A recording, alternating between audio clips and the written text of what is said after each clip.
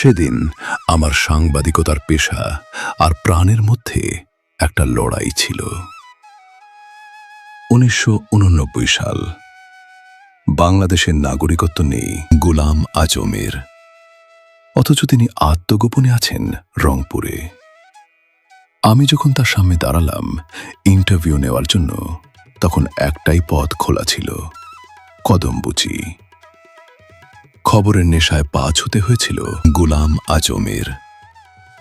শুনুন সেই রোমাঞ্চকর অভিযানের গল্প।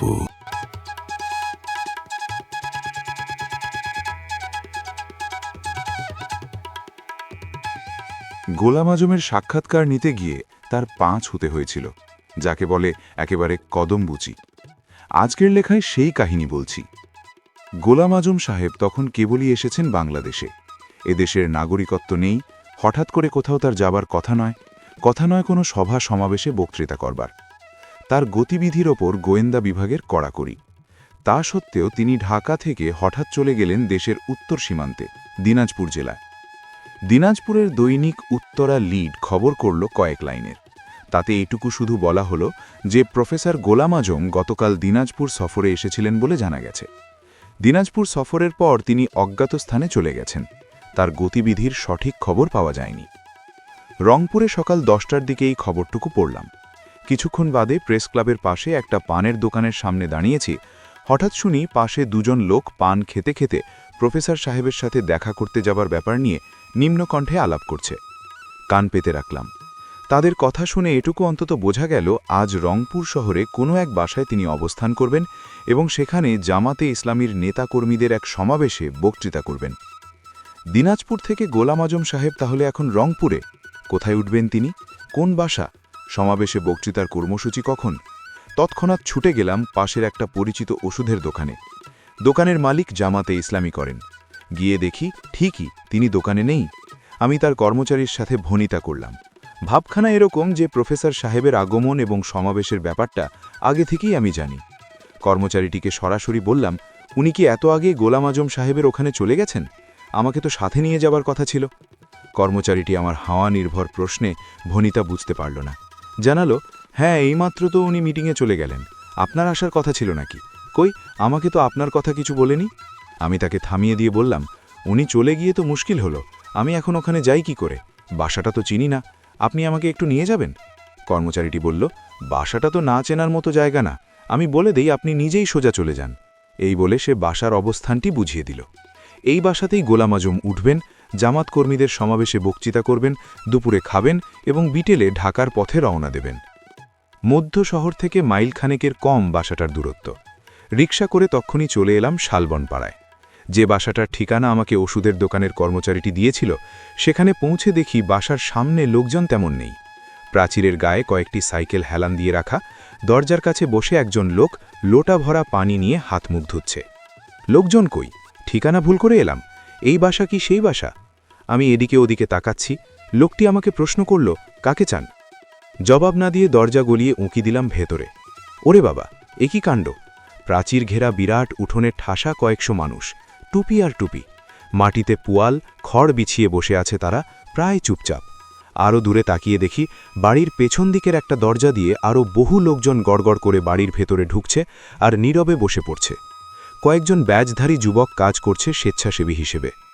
আমাকে দরজায় উকিঝুঁকি মারতে দেখে প্রায় দৌড়ে এগিয়ে এলো দুটি যুবক, আমার পরিচিত। কি চান? কাকে চান? সরাসরি বললাম, গোলাম আজম সাহেবের সাথে দেখা করতে চাই।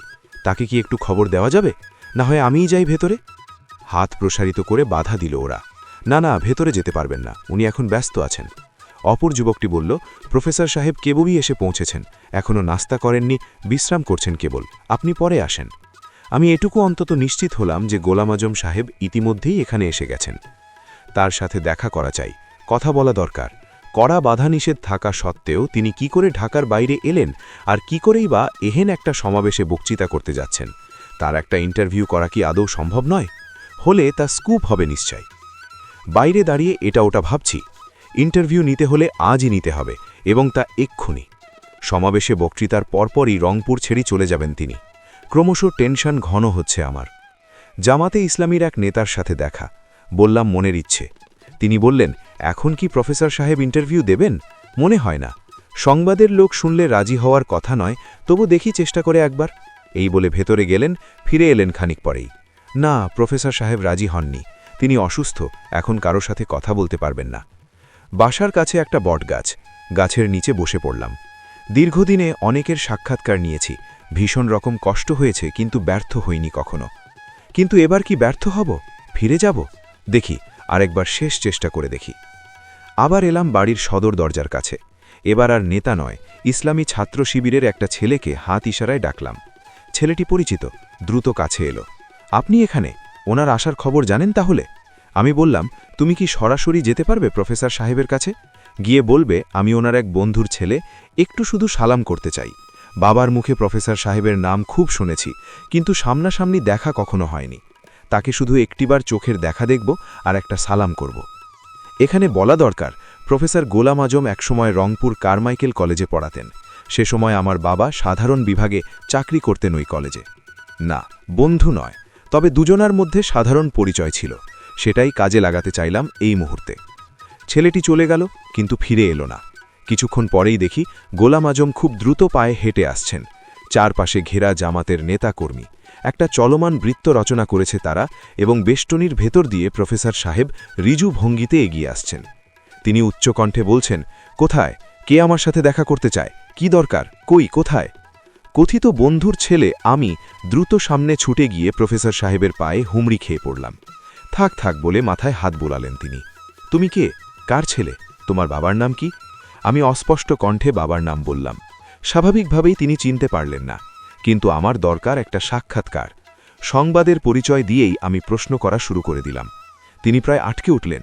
না না, আমি এখন কাউকে ইন্টারভিউ দেব না, তার উপর তুমি সংবাদের লোক। তা সত্ত্বেও আমি প্রশ্ন করেই যাচ্ছি। না না করা সত্ত্বেও তিনি কোনো প্রশ্নের জবাব দিচ্ছেন, কোনোটা না না এ সম্পর্কে কিছু বলবো না বলে এড়িয়ে যাচ্ছেন। এইভাবে কথা হলো মিনিট তিনেক মাত্র। প্রশ্ন এবং উত্তর যখন উত্তপ্ত হয়ে উঠছে, তখন দেখি প্রফেসর সাহেব ঘুরে দাঁড়িয়েছেন।